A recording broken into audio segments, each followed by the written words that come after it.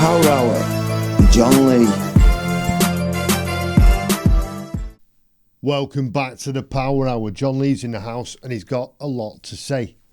We're talking about, preliminary title. We might call it something else, but, basically bigger than sport. It's when events, things happen. Obviously, that's what an event is, but it's bigger than sport. It starts off as a sporting event. It's based around sport and it's performed or including sporting people with sporting objectives.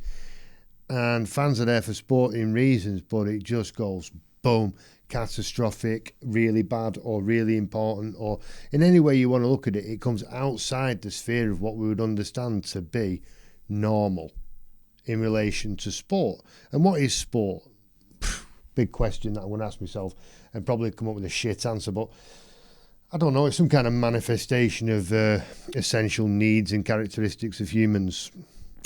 So the kind of voyeuristic element to it, I suppose, is a kind of representation to it, whereby if I say that I'm a Manchester United fan, which I am, then when Manchester United go out there, it's almost like I'm doing it, and I'm scoring the goals, and I'm saving the penalties. And when I'm watching Tyson Fury, big up your chest, knocking 7 colours of shit out of Anthony Joshua, which he will do.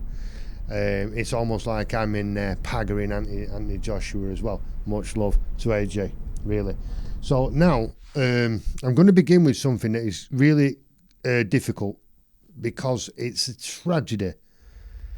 And it's the Hillsborough Disaster, 1989, right? Hillsborough, fuck me. As I say, I'm a Manchester United fan. Nothing to do with it, right? And I don't hate Liverpool. I live in Spain, okay?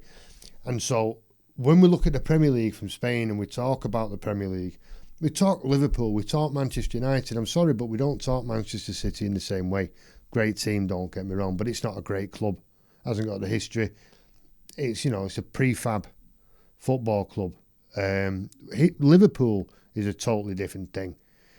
The iconography of the place, the history of the club, the fans, Anfield, you'll never walk alone. It's when you hear that song, it doesn't offend my ears at all. I don't hear it as like a rival song that I hate or I dislike.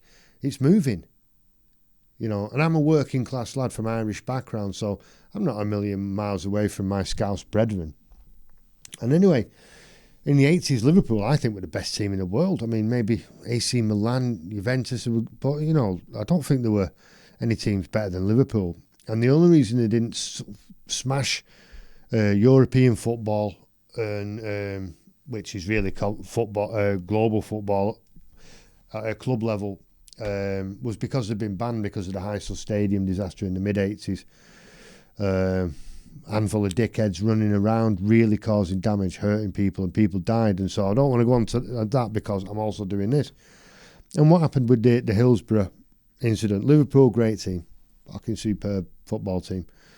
And they're playing in the FA Cup. And they were in the 5th round, I believe it was. And they went to Hillsborough, which is Sheffield Wednesday's ground. Now, I will say this to you, right? Sometimes I'm doing the Power Hour, I'm rocking. And I make silly mistakes. I don't realise I'm doing it while I'm doing it. I watch it back later and think, what are you chatting there, son? So if I do that, I mean no disrespect, honestly, from the heart, honestly. If I say something wrong, it is a mistake. I'm not being fucking clever about it. These people, they went down to Hillsborough, right? And I'm talking about the Liverpool fans. And they've gone to the stadium, and they're all the proper Liverpool fans, you might say. At least the ones who go to away games. And they've gone down there, and it's weird when you go to away games as a football fan when you don't know the stadium. It's a weird sensation. You don't know what you're walking into. You don't know where you're going. You're kind of following the crowd because that's all you've got to follow. Maybe the odd sign here and there. And it's an old school football ground, or it was then. And they've turned up, and they've got like 3 entrances, right, from what I've seen. 3 ways in.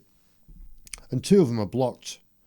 So it's the one right in front of them as they walk like onto this little car park, it seems to have been.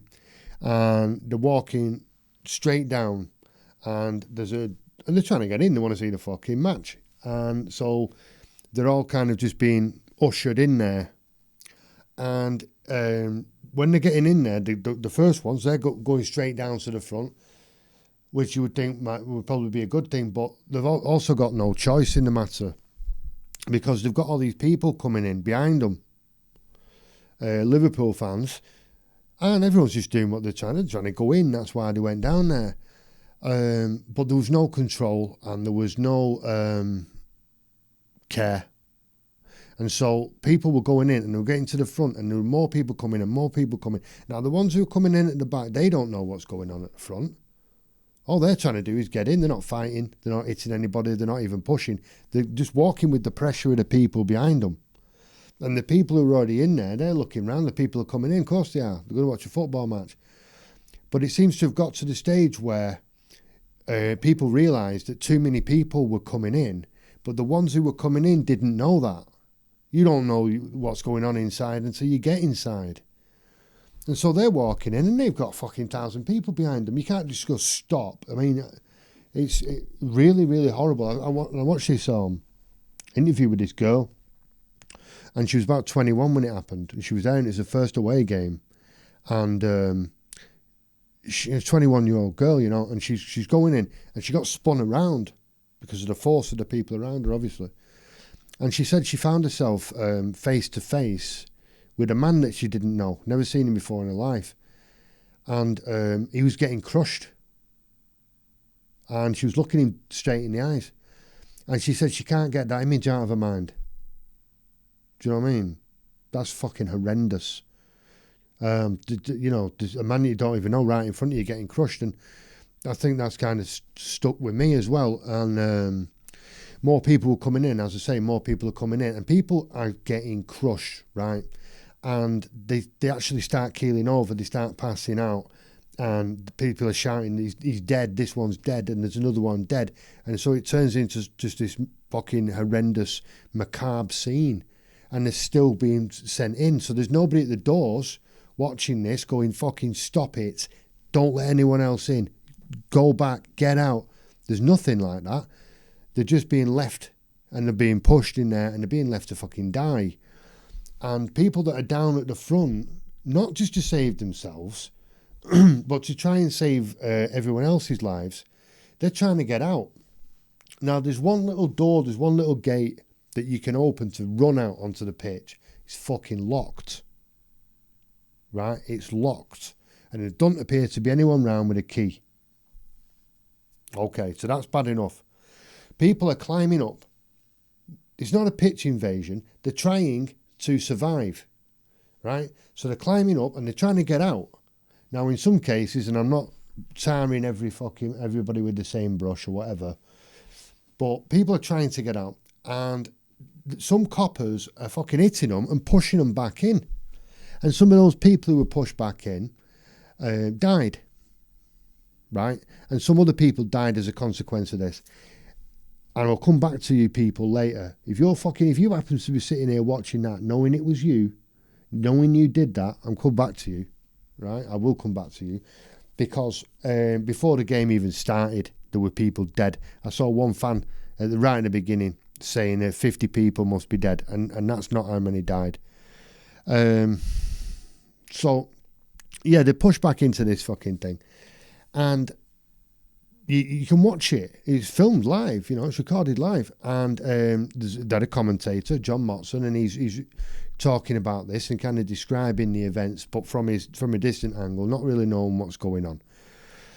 And somebody must have run up to the commentator's box, right? So he's sitting there like I am now, but watching football, right? And he's commentating on the game, and he says, well, yeah, we're just hearing that what's happened here is that some fans have broken into the ground, like cut a chain, and they've broken into the ground, and they're all on alcohol. Well, they're pissed up. I don't know how we phrase it. And that was a lie. So somebody, right at the beginning of this, and as soon as people started dying and all that, some person decided to invent a lie. And the lie was that these people who were dying brought it on themselves. Don't worry, they're not good people. These are the people who broke in. They didn't, but we'll say they did. They fucking broke in, you see, pissed up, and they caused their own death. So when they're suffocating and they're passing out and they're dying, well, don't feel sorry for them because they caused it themselves. No, you caused it, and now you're fucking lying about it. Because who's going to make a lie like that up and send it up to the fucking commentary box if it's not the police? Right? And they had no ambulances there either. So, a couple, but not on the pitch, not that actually did anything. And so the Red Cross ambulance had to go in, right? Which was a very basic little vehicle, and they were volunteers. So the ones who were getting paid, they do nothing. I'm not saying they're bad people. I'm saying they weren't instructed, they weren't told to do anything. They didn't essentially do anything. They didn't react, they didn't respond. The Red Cross did, right? Volunteers. They drove in this, as I say, basic vehicle, just trying to save lives, right? And the fans, the Liverpool fans, they're trying to save lives themselves. They're carrying people out, they're pulling people over, they're doing what they can. The people are dying on the fucking pitch. And they're getting their advertising boards and they're putting the people they can onto these boards and carrying them. And there's a couple of doctors in there. There's a couple of off-duty police officers in there as well who were all caught up in all this fucking stuff, right? But the cover-up has already begun while people are still breathing the last fucking breaths, literally, right? Because they've already started saying that it's their own fault because they broke in, because they didn't have tickets and they went down there with whatever they had, fucking bolt cutters or whatever they used in this sick lie to gain entrance for free. And they spread this lie to the commentator, obviously with the clear intent of getting that on live television, get that into the public consciousness while they're still dying. I mean, it's just fucking horrendous, and they weren't content with that. They started immediately pumping out these lies, putting these lies into the newspapers, into the media. Now, I don't want to vocalise this shit. I don't want to dignify what these newspapers, the newspaper editors, so-called journalists, these rags, what they did, what they said about these people. I don't want to verbalise it. I don't want to fucking feel that shit on my tongue. Johnny, bang it up, mate, please. Some of the front pages of what these people said about the victims of a horrific crime, who in many cases, if not all cases, were also heroes, right? Look at what the media said about these people. This is all one fucking monster with various sides of faces, Medusas and fucking octopuses, octopi spring to mind. Absolutely fucking horrible. And so they start investigating this, and now, I mean, it didn't transpire immediately. So I'm getting ahead of myself, getting overexcited about this because I want to fucking attack these people. What they did was, after that, 96 people died. Right? 96 people went to see the football and they never came home. 96 families were destroyed, right, by this event and by the people involved, the people responsible for it. And the police who were there to protect these people did not. Not only that, but they framed them for the crime. The media, who is there to tell the truth and keep people informed, spread malicious lies and baseless accusations against the victims of the crime. The commentator on the game was used as a pawn to spread malicious lies about people who were literally breathing the last breaths on the floor in front of him. And then these bodies were taken to a sports hall, and so were the survivors, right? So I've heard stories, I've seen interviews, people talking about walking in there and just, I mean, unable to describe it in the interview. And I don't know, I'm conflicted I don't know if I really want to understand it, but I know it was horrendous. And the guy told a story about, he walked in and this guy's smashing the fucking brick wall, his fist bleeding, and he's just smashing the wall. Don't know what was going on in his mind, but he was just bleeding really badly, and nobody stopped him. You know? Nobody there to stop him. This guy's having a fucking mental breakdown. Get hold of him. No. And that got to me as well.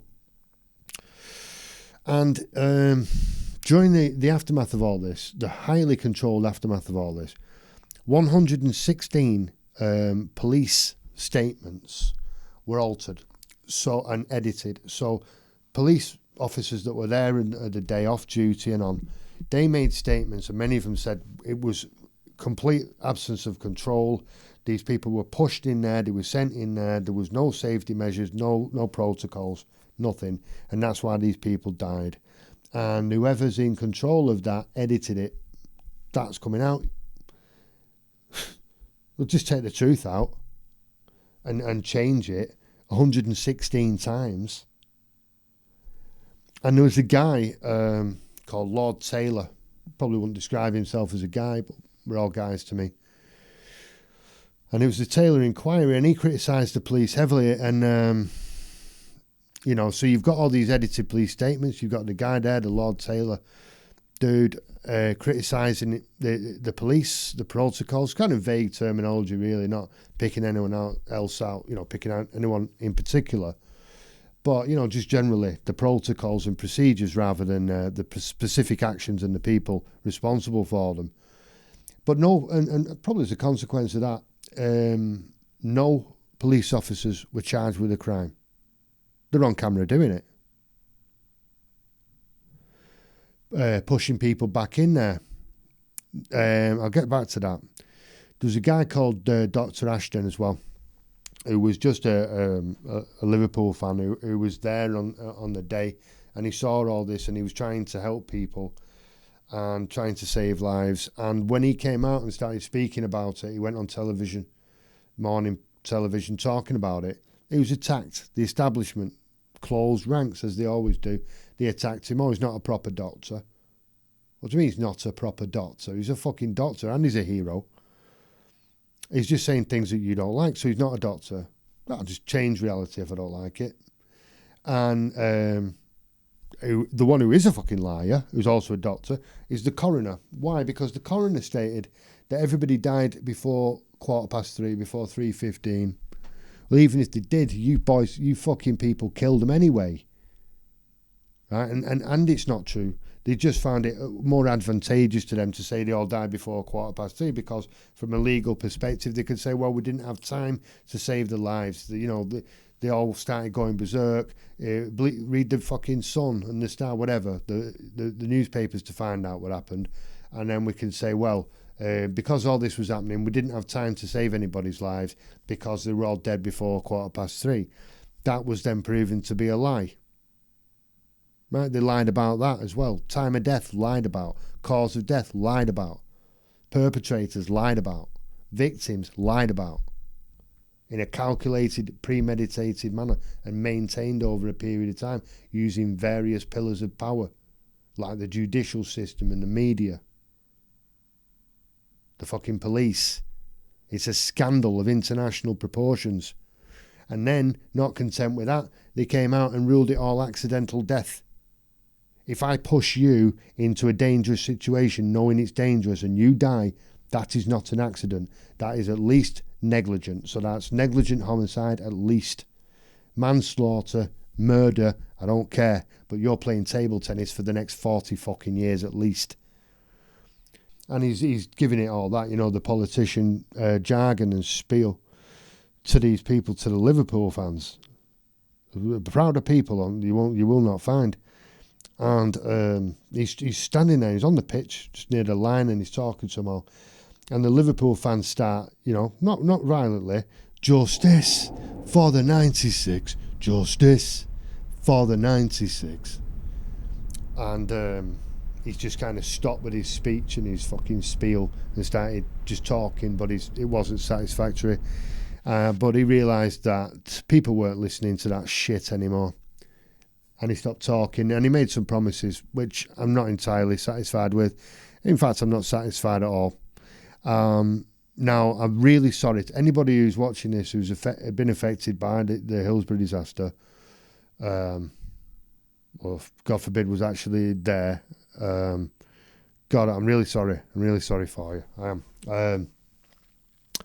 So I just want to get that straight. And also, I want to know who these fucking policemen were who pushed the people back in, who didn't prevent it, who didn't try to stop it. I want to know who told the commentator to tell that lie. I want to know who covered it up. I want to know who bent the rules, who changed the rules, who broke the rules. I want to know everybody who's culpable, everyone who's involved, and I want to see them on television being tried, and I want a proper trial. And if they're guilty, prison. If they're innocent, go on, by all means. But if you're guilty, just like everybody else, you get to jail. Get to jail.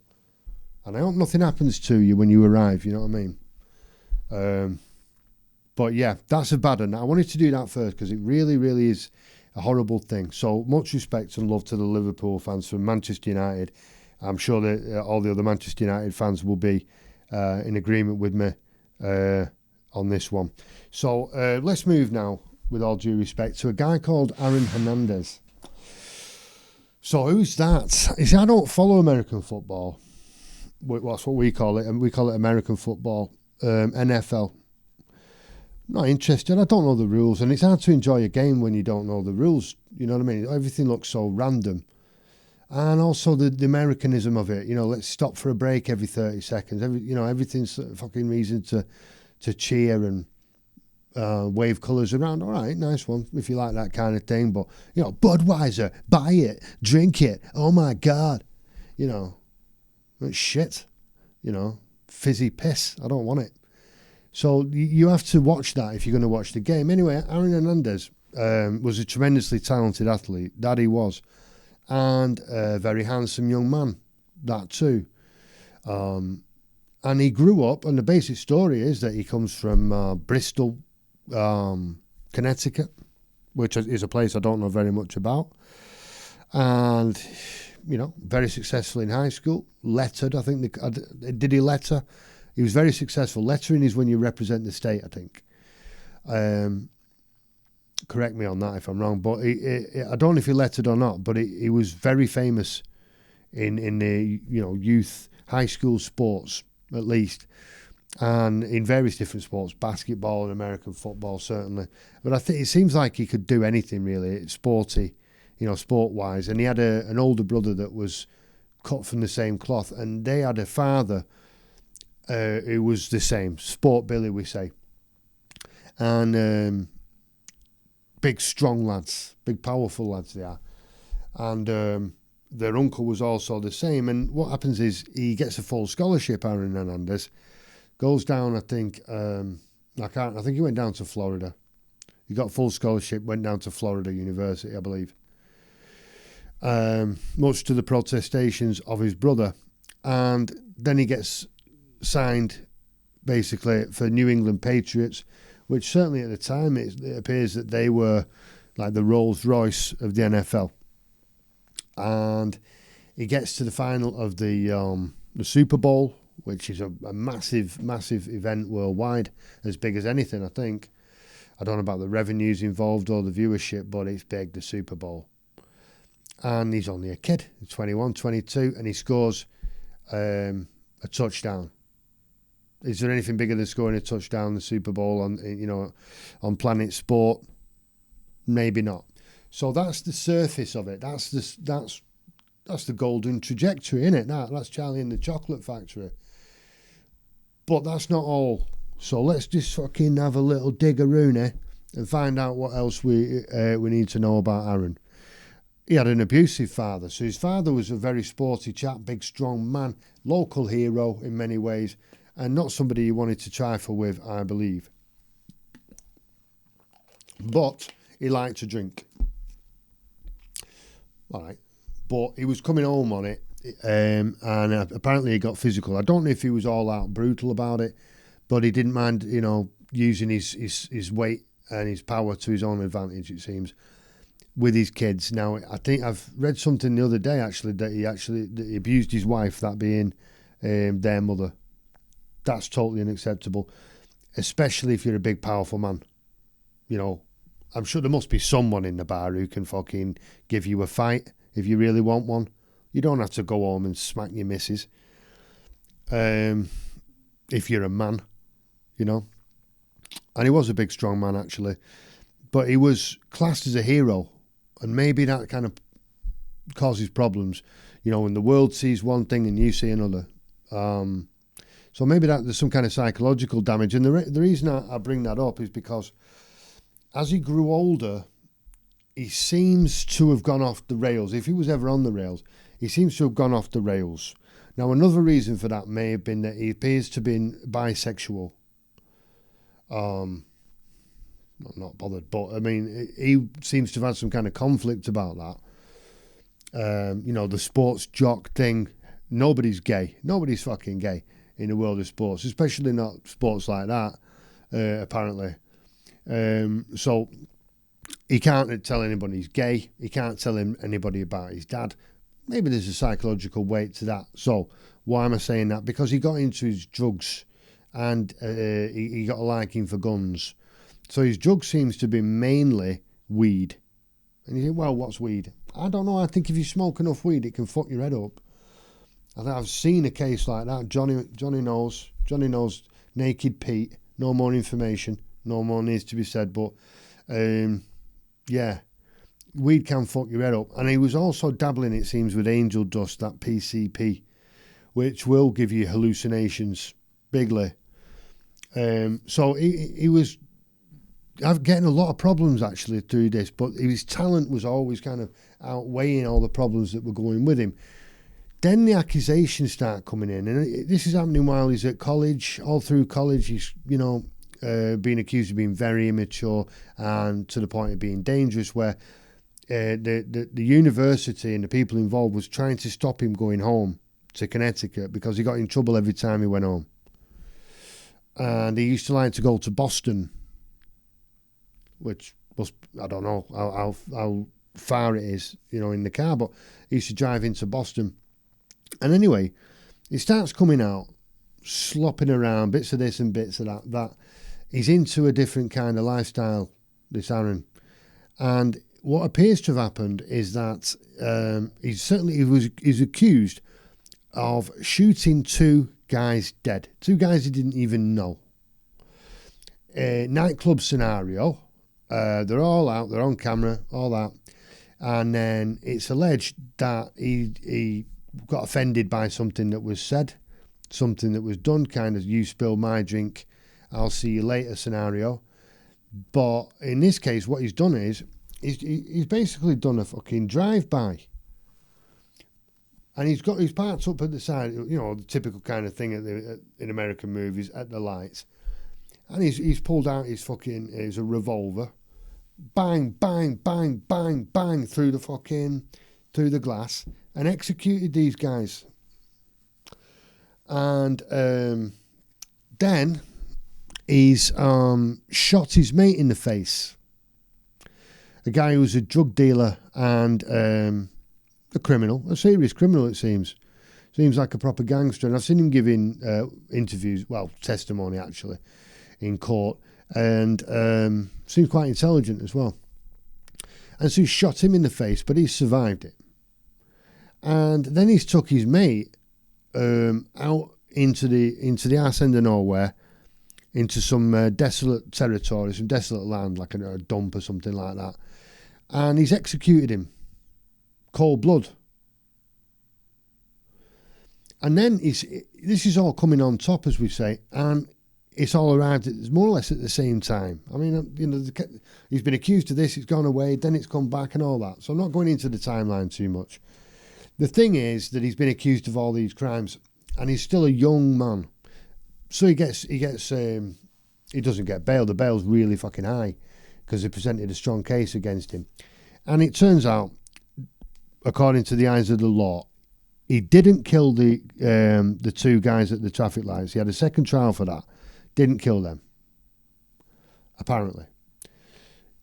Doesn't seem to be any verdict on whether or not he shot his mate in the face, because his mate, the dealer, whose name I've forgotten, he's supplemental to the story, really, but he got shot in the face and he was in the hospital, and the police went down and said, look, tell us who did it, you know. And he's going, no, I'm not telling you, because I want to go and get my revenge on him myself, you know. Save me honour, I'm not telling the po-po, you know what I mean? So he wouldn't give him any information on it. So there's no real conclusion on that one. But the guy, his mate, black lad, Odin, he was called, really nice guy according to everybody that I've seen talk about him. He took him out to a wasteland somewhere and fucking shot him up, shot him several times, shot him when he's on the floor, bang, gangster fashion. And this guy apparently was lovely, really smashing lad, this Odin guy, lovely family and all that. And so this is a massive case. This is absolutely huge. This because you've got this young kid, Aaron Hernandez, who's tremendously talented, very handsome. He's got really good tattoos, and that sounds stupid, but, you know, it makes him look good. It makes him look a bit dangerous, a bit interesting.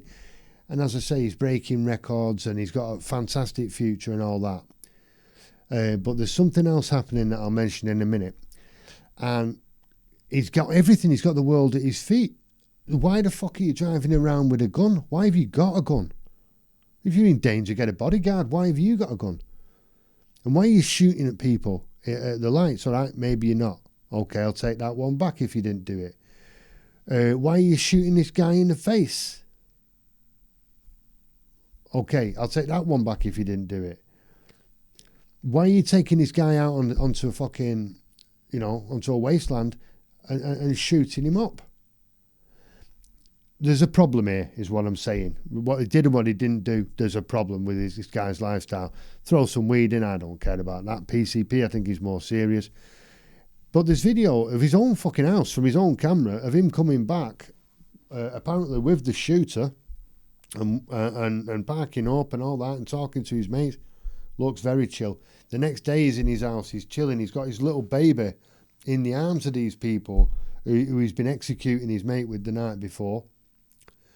And you think, what has gone wrong here? This is not normal behaviour. I mean, all you have to do is just live a normal, relatively normal life. You can smoke your weed. You can play pool on your big table. Why do you need to go around with a gun and all that? And now he gets sent down. He gets serious time. I think he got life for the murder of his friend. And he took his life. He hung himself in his cell, which seems to be really easy to do because it happens a lot. So he's been found dead. He's hung himself in his cell. Tragic. He's got a little daughter. Now, the reason I've gone through that so fast is because, to me, the real scandal here is the CTE. It's got a really long name, but it's a translation from fighter's dementia. So it's impact to the head. Bang, bang, bang, bang. So fighters get it. Muay Thai, I used to do a bit of Muay. Bang. Elbows and knees to the head. That hurts. Especially temples, man. So axe elbows to the top of the head. Nobody likes that. Knee to the fucking forehead. That sting. It doesn't even sting, that. You're just not on this planet for 10 seconds. And apparently the same thing happens in American football. Even though they're wearing these helmets, the impact is so strong. And it rattles. I think it actually turns out to be worse because your head rattles in the helmet. I know they're making advances now, but this is certainly the case for Aaron Hernandez. The fucking head's like bang, bang, bang inside the helmet. And when he died, he hung himself. They examined his brain and found, yeah, he did. He had this fighter's dementia. And there'd been a really high-profile case of this. There's a massive bloke called Junior Sal. Huge guy. Very good player as well, apparently. And he committed suicide. He shot himself in the chest because he wanted to leave his brain to be studied. I mean, just imagine that process. Right, I'm going to kill myself because I can't live like this. But I don't want to put the bullet through my brain. I want the doctors to be able to study my brain because I know there is something physically wrong with it. And when he kills himself and they examine his brain, he was fucking right. His brain was a mess. Physically damaged brain. That's the real scandal to me. This kid should have never been allowed to get to that point. This Aaron Hernandez, I'm not saying he would have been a good lad otherwise, you know. But people like him should have never been able to get to that point. Junior Sal should have never been able to get to that point. And when somebody does shoot himself in the chest to preserve the brain, you have to start thinking, right, okay, I don't know what we're going to do, but it has to be now, and it has to be big, because this can't go on. These are people's sons, family members. So to me, that's the big scandal in this one. The fact that they're pushed to such extremes that their fucking brain is mashed inside the helmet. And does that explain why this rich kid from what seems to be quite a nice area is acting like a gangster when he's not, and there's absolutely no need to do it, and ended up fucking hanging himself in a prison cell? Yeah, makes sense to me. So there's a scandal there from Aaron Hernandez. Next one we're going to rock is Oscar Pitorius, South African dude. Running dude. Some people called him Blade Runner. So he had his feet amputated when he was 11 months old, which is fucking tragic. You know, I don't know why, but it must have been necessary. Parents must have gone through hell. And he was such a natural athlete as well. It seems like this guy could play any sport at all. Maybe spurred on, as he was growing up, maybe spurred on by what happened to him, which is special. It's magnificent, really, that the indomitable human spirit on that to just say, well, yeah, all right, they chopped my feet off when I was a baby. I think it's right below the knees. Or maybe that's a keep. I don't know. But he ended up, I think, down up to the knees. And to say, well, all right, but that doesn't mean I can't do what I love, and what I love is sport. And it turns out that I've got a tremendous talent matched with my attitude. Makes me absolutely world class. I'm a world class athlete. And now what I really like to do is run, but I haven't got any legs. So what am I going to do about that? Well, I found these, I don't know what to call them, blades. They're almost like skis, maybe, in some ways, similar technology. And they kind of got some bend to them. And he puts them onto what he called his stumps. I can't help the fact that they're called stumps. It sounds really horrible, but that seems to be the word for it. He puts them onto his stumps and he runs like folk. And the guy's got gold medals falling off him, man. I've looked at his record. It's, you know, all the Olympic Games, because he's in the Olympics mainly, World Championships, this, that and the other. And yeah, he's got the world at his blades, you might say. And he's spanking it around the tracks. And a lot of people are complaining. They're going, fuck off, he's the bionic man. You give me some of them and I'll fucking win. That could have been sour grapes. So they may have had a point, because he himself, Oscar, didn't like it when another guy came out with blades and he was fucking faster than him. He had bigger blades, right? Same thing, but bigger. And he was faster. So he actually went to the authorities and tried to get this guy banned. I mean, come on, man. You've been running around on blades for years, fucking rocking it round the gaff with your gold medals. Now he's doing the same thing, but with bigger blades, and he's leaving you behind. You don't like it? Nah, man. Live by the blade, die by the blade. I might be going too far with that. Anyway, he's covered in gold medals, and he meets this beautiful girl, really stunning girl called Riva, and she's a model, and he's gone to some awards ceremony. You tell me the name, I forget it. I don't like an awards ceremony. I don't like them. Fucking tedious things. So I'm not bothered what it was. But he was going to it anyway, and he needed a date. And of course, as you do, he got himself a world class model to go with him. And she goes there for the event more than anything else, it seems. And she's talking to the press when she arrives and saying, well, you know, it's an interesting thing to do and meet people and see things. Fair play to you, young and beautiful. You know, you take the opportunities, don't you, that you get. And so she starts seeing him, and she's with him for a while. So, I mean, she's not put off by the legs thing, or at least she's able to overcome that. And they seem happy. He's a good-looking lad. A lot to admire about him, certainly. And anyway, they're in a room. I think it's in his apartment. I got to get this story straight, man. But it's comical to me. Here's what he reckons. Okay. No, here's what is the result of it, right? She's in the toilet one night, and he gets his gun and he shoots her 4 times through the toilet door. That's bang, bang, bang, bang. with a 9mm handgun. Bang, as I've said 4 times, through the fucking door and kills her in the toilet. A girl like that got fucking killed by her boyfriend when she was in the toilet. I mean, that's not right. That is not right. So, how do you explain that one? Here's how he explains it. He starts with his story. He's looking out the window in his stumps, just stomping it up at the window. I mean, he's got legs he can put on. He can run in them. He can walk in them. I'd put the fuckers on me to look out the window. He's not doing that. He's looking out the window and he stomps. And then he hears a noise, which is apparently, according to him, is the bathroom window opening. Through the fucking door on the other side of the apartment. He hears a shh, like that. So he thinks, right, I know what I'll do. And he runs and he goes under the bed and gets his gun. And he runs through on his stumps, right? And the door's shut and he's fucking makes some kind of exclamation and obviously wasn't satisfied with the response that he got, or, you know, didn't get a response, according to him.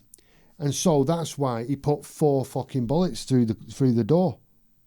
Because he thought there was a bad man in the toilet who just climbed in through the window. So he goes back into the room. The lights are off through all this, right? He didn't turn the light on. He goes back into the bedroom, gets his legs on now, right? It's legs time for this lad. And he turns the light on and his girlfriend's not there. And he thought, oh, I hope I didn't just shoot her 4 times through the fucking bathroom door. You know. And so he's gone through now to investigate, and apparently the door's locked, and he's kicked the fucking door in. He's like kicked a big fucking hole in the door. I think he might have had his blades on, man. He might have done that with his blades. Don't quote me. Why would he put his blades on? No, just probably his normal fucking prosthetic legs. And he's kicked the door in. Oh, no way. I have fucking shot her, haven't I? And, I mean, none of this makes any sense. It's absolute bullshit from start to finish. I mean, are you sure Mickey Mouse didn't come round with Elton John? You know what I mean? Trying to borrow some fucking ginger. And then he's giving her mouth to mouth and all that. He's trying to bring her back to life. And I just think he was getting himself covered in blood so he could fucking pretend it was an accident. And what a stupid fucking story anyway. Oh yeah, I accidentally shot her while she was in the toilet. And it turns out she was actually stood up. Right? So she's inside the toilet and she's standing up against the door like that. Why are you fucking aiming, you know, I mean, you're aiming high. Why are you aiming high? And he shot her in the head. So that's obviously, she's inside the toilet going, leave me, I'm sorry, whatever. I'm sorry, you crazy bastard. Fucking leave me alone. And he's chased her and she's behind the door going, leave me. And he's fucking put 4 bullets through it and killed her. So no, you don't get no reverence from me because that's clearly what you've done. You coward. And yeah, he's killed her, man. He's killed her. I mean, if that was me, I'll tell you what I'd do. Light on straight away. Maybe I put the light on straight away. Definitely in the room where she is. I'm going to make sure she's all right. I'm going to see her with my eyes. You know, that's my girlfriend. I think there's someone coming in. First thing, boom, is she all right? Right, stay there, call the police, do your bit. I've got a shooter. I'm going to go in there and deal with this fucking prick who thinks he's climbing in my window. Then, you know, I might keep the light off nice and tidy. Toilet boy. Yeah, I've got a gun. So you can either walk out and stay alive or get shot to fuck in that toilet. I'm telling you he's coming out with his hands up. And then I'll shoot him in the legs because I don't trust him. Right? But all that fucking story he told is absolute bullshit. It was cold-blooded fucking murder. And so then they've got this political shit going on in South Africa because he's a good icon for them. He's a good symbol for them. And they ain't got the best of history. So they don't want to send him to prison. But they have to. And then there's kind of a battle to keep him in and a battle to let him go. And it turns out in the end, the end being now, that he's going to be out in 2023. Psycho. Dangerous person. Don't go near him. And so that bounces us naturally back in time to a similar kind of situation with the OJ, the Juice, Mr. Simpson.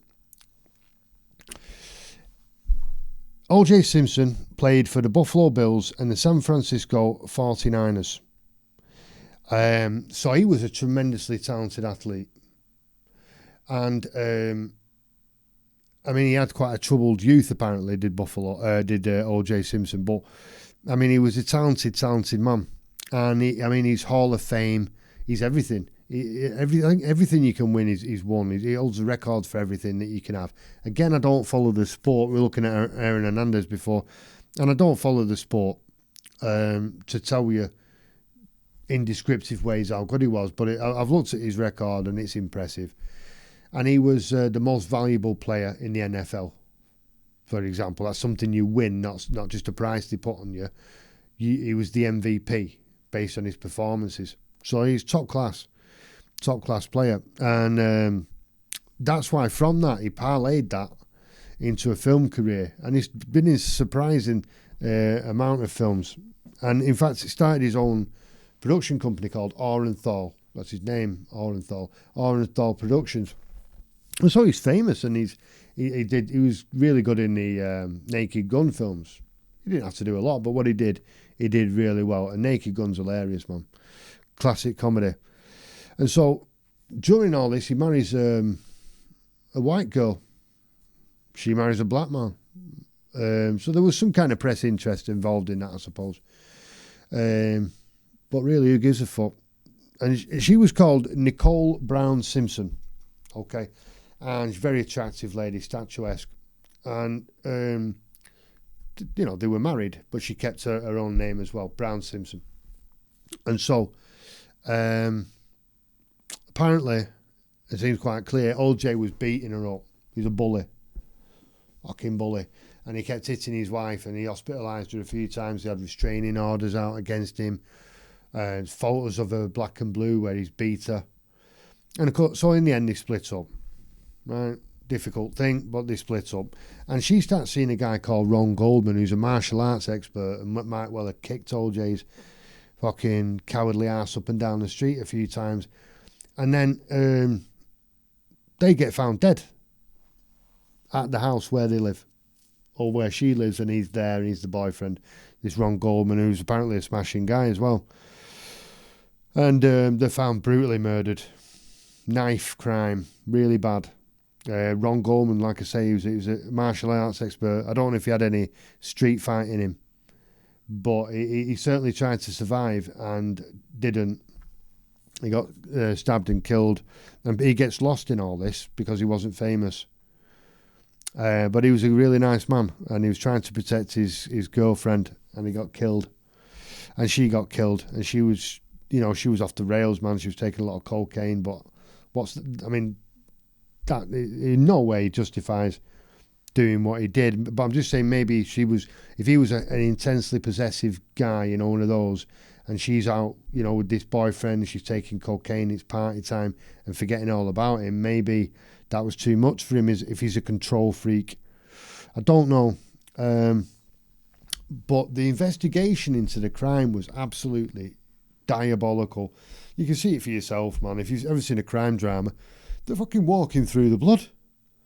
All these investigators and coroners are walking through the blood. They're smoking, leaning on everything, just corrupting the crime scene to fuck. Then they're going investigating his car. The same people who've been getting covered in blood and God knows what at the house are then jumping in the car and getting blood all over that as well. So, the investigation was fucking awful. And so, just to go to court with that. And one of the cops was a known racist. He's on record as being a terrible racist. And there have been serious incidents surrounding his racism. And so, to bring all that to court is a bit dodgy anyway, to say the least. But I just want to mention the escape, man. I remember seeing that on television because it's a Bronco. I don't know what brake that is, but I know the brand is a Bronco. And I remember seeing it on television from the helicopter view where he's driving and he doesn't seem to be going very fast. But he seems like, I don't know, he's just upset. He's kind of driving away and he's being chased and he's being pursued more than he's being chased. And I mean, that's an iconic image, and you think, what's going on in this guy's mind? Does he think he can get away? What's he trying to get away from? And that makes you look very guilty. And so by the time he got to the court, to the trial, everyone thought he was guilty. A lot of people thought he was guilty. And when he arrived with his dream team, he had a dream team of lawyers. Johnny Cochran was one of them. Starr was another. And that made him look more guilty to a lot of people. And of course, the trial was televised. I think it may be the biggest trial in history in terms of television views and profile and message and media attention and whatnot. And there's the famous thing with the glove. There's even a Netflix miniseries now, not very good in my opinion, but it's comical trial, and eventually he gets found not guilty. And this caused an uproar. I'll come back to that. And then after that, they had a civil case. So the family of the families of the victims, which I'll repeat that, Nicole Brown Simpson and Ron Goldman. Ron Goldman also got murdered. And his family were also bereaved. And so they took him to civil court, to civil trial, and they won. So he was found guilty in the second court.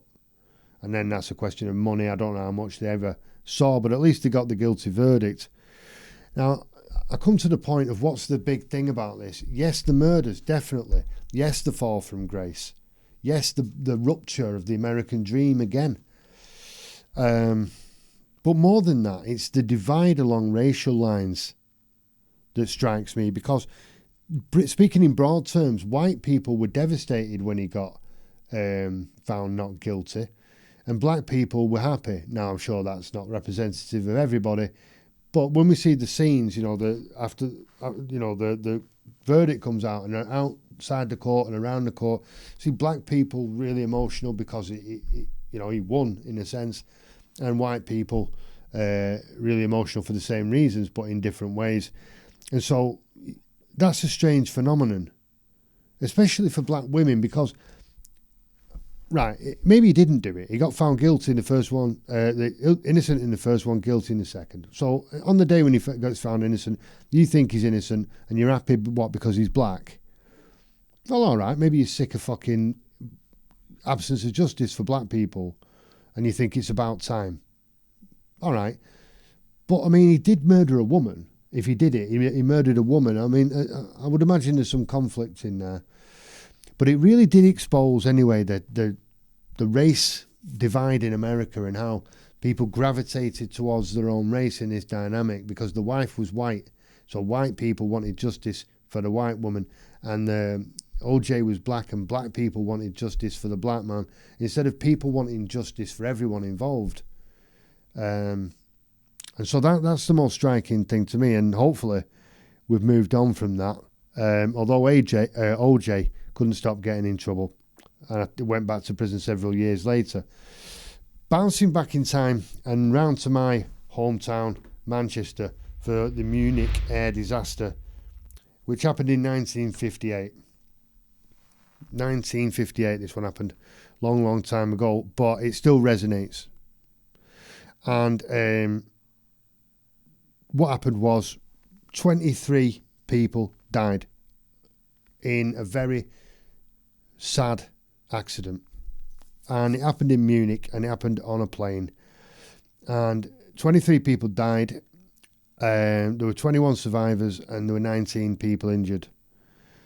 And why is that important? Well, because the people who were on that plane, some of the people were members of the Busby Babes football team, the Manchester United football team that were known as the Busby Babes.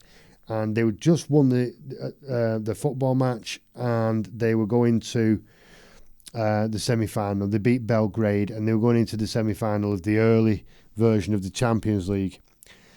And they were all young kids, and they won the last 3 Premier Leagues, the football league, what we call the Premier League now.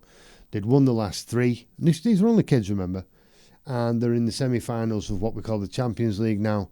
So they're famous, and they're very, very, very good. And they stop on the way back to England. They stop in Germany, in Munich, and there's fucking ice on the wings. And so they're trying to take off. And they can't because the engine's too cold and all that. So they're trying and they can't. They're trying and they can't. And then they try again. And they set off and the whole thing just goes tits up. They go through the fucking fence, crash, and it's a really, really bad disaster. Now, one of the reasons it's such a bad disaster is because of Duncan Edwards. So Duncan Edwards was basically the Messi of his day. He didn't have the career that Messi had because he got killed when he was very young. But he was generally considered to be the best football player in the world. And Bobby Charlton was on the same team as him, who went on to win the World Cup, went on to win, I don't know how many trophies he won, Premier Leagues and Champions Leagues, and is Bobby Charlton. And he played with great players, Bobby Charlton, over the years. And he said the best player he's ever seen is Duncan Edwards, and that Duncan Edwards was better than Bobby Charlton. And he was killed in this plane crash. He actually hung on for a couple of weeks and then died. And so that was a tragic thing. And then, 8 players, if you imagine that, like the Barcelona team of 10 years ago or whatever, and there's a plane crash, and we all wake up to find that 8 of those players are dead. I mean, that is a serious tragedy. That's really, really sad. And so that's what the world woke up to. And Manchester United were devastated. The club was devastated by that. And so Manchester United had to start from scratch. And thankfully, 10 years later, exactly 1968, the Busby Babes, the second phase of the Busby Babes came through and won the Champions League. They beat Lisbon 4-1. And this is with Bobby Charlton playing in that team and with George Best, the tragic figure of George Best, who was a great player, and a guy called Dennis Law. And they won the Champions League in 1968 and became the biggest team on earth. And what's great about that is, even if you don't love football, it's that triumph over adversity, where the reason that you see Manchester United now worldwide, global, all over Africa, all over China, anywhere you go, people know Manchester United. That's an organic process. They had a bunch of kids who were really good at football, that trained really hard and played really well, killed, smashed, dead, because some fucking idiot would not stop trying. I mean, I'm not going to call, that's not fair, but somebody would not stop trying to fucking take off in this plane. I really think that once is enough, once is too many, I think, in them situations, but 3 times is far too much, and all these young people died. And to come back from that with 2 of the same players and the same manager, and rebuild from that, and win the Champions League and win so many other things. And it shows you, to me, that's what sport is all about. That's why we love sport so much. And that's why Manchester United is the global phenomenon that it is today, because of that resilience and that ability to come back. Now, I'm going to be absolutely frank. I haven't finished. I've got more to do. So what I'm going to do is I'm going to box off a bonus section or 2 for individual videos. Because as I've put here, sports can be so much more than games. So I've well overshot what I was going to talk about, but I'm not going to stop fucking expressing myself. We've had the Hillsborough Disaster, right? I want justice for that. I want people to pay the price for what they've done. Hernandez maybe overpaid, and a lot of other people did as well. And I would like to see people who are responsible for looking after these young boys, especially at school age and at college age. I'd like to see them take a lot more responsibility. Oscar Pitorias, I don't know how the fuck they can let this guy out of jail. He chased his girlfriend into the toilet and shot her 4 times through the door, then told a big stupid fucking lie about it. O.J. Simpson, I don't know. I don't really care. I think he's probably paid the price. But, I mean, if you beat your wife and beat your wife and beat your wife again, don't act the victim when you get accused of her murder, when she winds up dead, full of blood in her own garden. And then we finished on the Munich Air Disaster, which was a tragedy, but gave rise to probably the biggest sporting phenomenon the world has ever seen, and that is the mighty and majestic Manchester United. Power to the people, power to you, power to these guys, power to me. Boom.